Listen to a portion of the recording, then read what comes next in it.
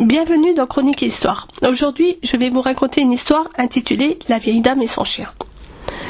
Aujourd'hui, j'ai reçu une dépêche d'une ligne. Londres, nonagénaire, agressée et étranglée avec la laisse de son chien. L'histoire est tentante. Mes ménages sont en effusion. Ces quelques mots m'inspirent. Imaginons. Miss Marple, 95 ans. Bien sûr, ce n'est pas son vrai nom, mais je m'imagine une petite mamie anglaise, ambiance arsenic et vieille dentelle, dans son petit pavillon de Slough, ville industrielle de la banlieue de Londres. D'ailleurs, le temps s'est figé pour elle début des années 80.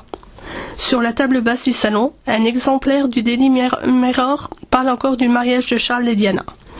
Son fils, gratte-papier dans une office de la City, a pris sa retraite en France l'an dernier.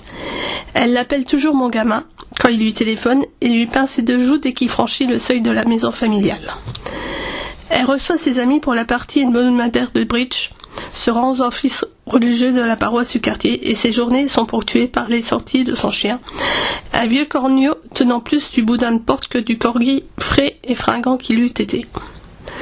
Ce chien, tout britannique qu'il est, a la ponctualité d'un coucou suisse.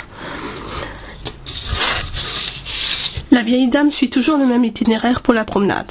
Elle sort de chez elle, tourne à droite et va jusqu'à l'espace vert à 500 mètres de la maison.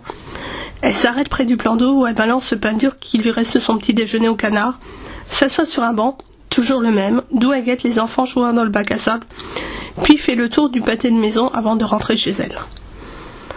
Une telle ponctualité n'a pu qu'éveiller des soupçons. D'autant que la vieille dame tient toujours d'une main la laisse de son chien et de l'autre un vieux portefeuille en cuir aux couleurs passées par le temps sur lequel on devine une danseuse de flamenco. Le truc kitsch que seules les vieilles dames anglaises peuvent aimer. Il ne doit pas avoir une fortune dans ce porte-monnaie. Sans doute de quoi s'acheter une revue au kiosque au coin de la rue, à moins que la gourmande compte prendre un petit gâteau avec son thé de 5 heures.